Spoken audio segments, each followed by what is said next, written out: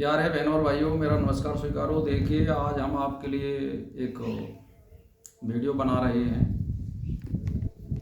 तो ये वीडियो हिंदुओं के बारे में है। हिंदुओं को यदि संगठन में रहना है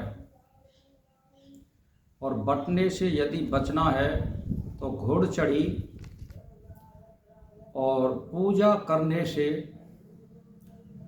रोक पर विरोध हटाएं, यानी अछूतों को घोड़चढ़ी करने दें और मंदिरों में पूजा करने दें। ना इससे किसी समाज का नुकसान हो रहा है, ना किसी देश का हो रहा है, ना किसी गांव का हो रहा है। ये अधिकार है मानवता का और ये करना चाहिए और करने देना चाहिए। मानवता इसी से कहते हैं। इसीलिए यदि देश को संगठन में रहना है तो ये सरकारों को भी ध्यान देना होगा, नेताओं को भी ध्यान देना होगा और बुद्धिमानों को भी ध्यान देना होगा और साधु संतों को भी ध्यान देना होगा। यदि हिंदुओं को संगठन में रखना है तो अछूतों को साथ लेकर के चलिए, उनको पूजा का अधिकार दीजिए, उनको घुड़चढ़ी का अधिकार दीजिए। तो इन जब अधिकारों को आप देंगे तो वो संगठन में रहेंगे, आपके साथ में रहेंगे। और जब उनसे आप द्वेष भाव करोगे तो वो साथ में क्यों रहेगा, चाहे वो कोई भी आदमी हो। रही बात अछूतों की, अछूत किसी जमाने में थे वो, अब समय बदल गया है और इस समय पे ये कर्म के आधार पर जातियां निर्धारण होती हैं।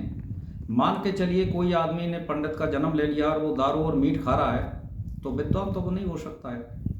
कुल मिला के ये है। और फिर ये उदाहरण आए हैं कबीर साहब के, रविदास के।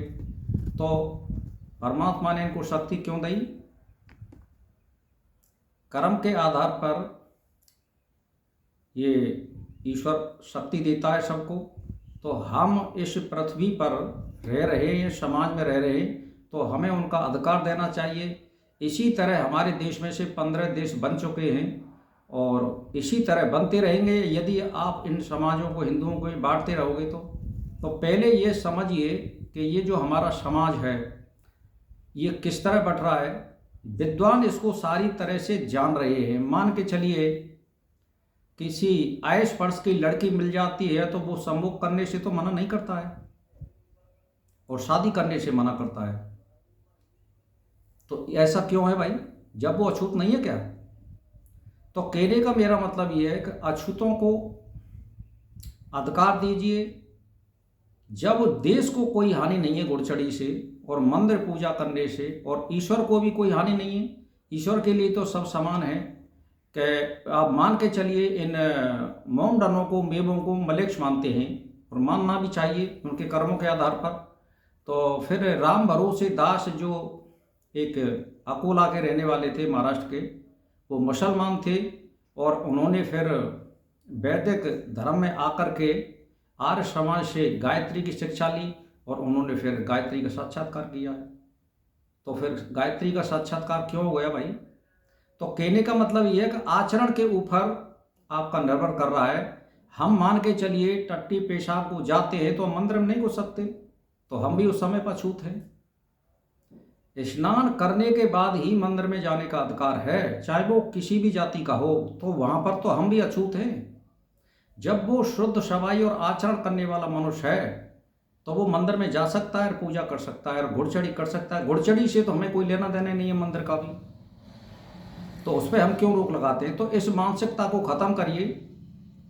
और यदि ये मानसिकता खत्म नहीं भई तो देश बटेगा बटेगा, ये सीधी सी बात है। इनको साथ लेकर के चलिए यदि संगठन में रहना है तो ये विद्वानों से, महात्माओं से, सरकारों से ये समझना चाहिए।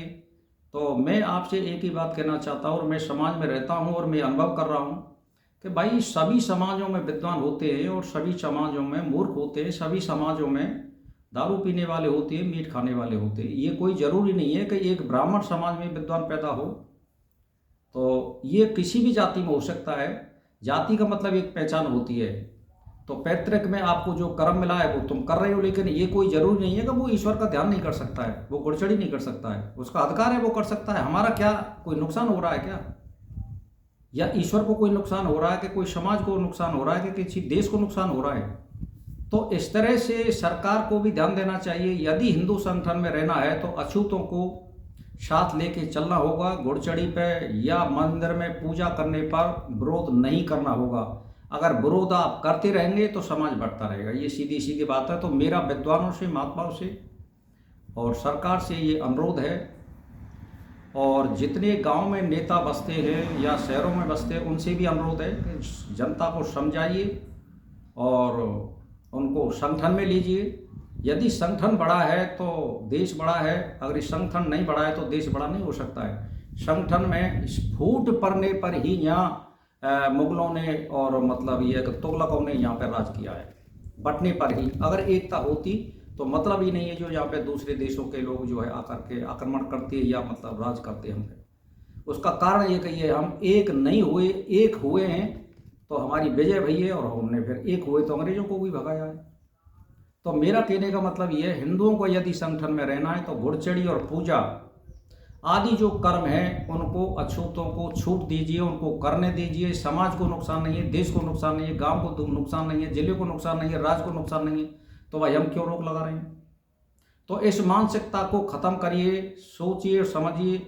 तो विद्वान से एक ही अपील है कि आप जो है अपने आचरण पर ध्यान दीजिए, ग्रंथ पढ़िए। ग्रंथ पढ़ने का मतलब क्या है, जब आपकी बुद्धि में इतनी समझदारी नहीं आ रही है कि परमात्मा का साक्षात्कार कोई आदमी कर रहा है, तो मान ईश्वर आपकी जाति को नहीं देखेगा, आपके चित्तवृत्ति निरोध को देखेगा, आपके कर्म को देखेगा, आपके मन की गति को देखेगा, आपके अष्टांग योग पे दृष्टि घेरेगा कि ये क्या करने वाला है और क्या कर रहा है।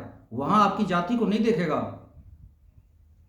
तो जब ईश्वर हमारी कर्म के आधार पर हमको जो भी कुछ फल देता है वो कर्म के आधार पर दे सकता है, तो साफ सफाई शुद्धता से हम मंदिर की पूजा क्यों नहीं कर सकते। पहली बात तो ये है।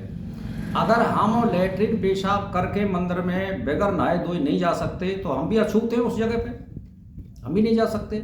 लेकिन जब साफ सफाई से कोई आदमी पूजा करना चाहता है तो क्यों रोक लगाई जा रही है। इसको बंद करिए। यदि हिंदुओं को संगठन में लेना है तो सरकार को भी ध्यान देना चाहिए। तो ये समाज इसीलिए बटा हुआ है। हिंदुओं को एक संगठन में रहने के मतलब सूत्र एक ही है कि समानता का अधिकार होना चाहिए जहां होने की जगह है। घुड़चढ़ी से समाज को नुकसान नहीं, देश को नुकसान नहीं, किसी जाति को नुकसान नहीं, मंदिर में पूजा करने से किसी दोस्त को नुकसान नहीं, गांव को नुकसान नहीं, समाज को नुकसान नहीं, परमात्मा को कोई नुकसान नहीं। तो फिर भाई क्यों रोक लगाइए। इस मानसिकता को मिटाइए और देश को बढ़ाइए और हिंदुओं को संगठन करिए। बस मेरा तो यही अनुरोध है। और आरएसएस और हिंदू संगठनों से, बजरंग दल से या विश्व हिंदू परिषद से, आरएसएस के यही अनुरोध है, इनको संगठन में रखने के लिए इन अछूतों को साथ में लेकर के चलिए। तभी देश बढ़ सकता है और तभी मान बन सकता है, तभी हमारी विजय हो सकती है। तो देश बटेगा और इसके टुकड़े होते रहेंगे। बस मेरा इसी के साथ नमस्कार स्वीकार होगा।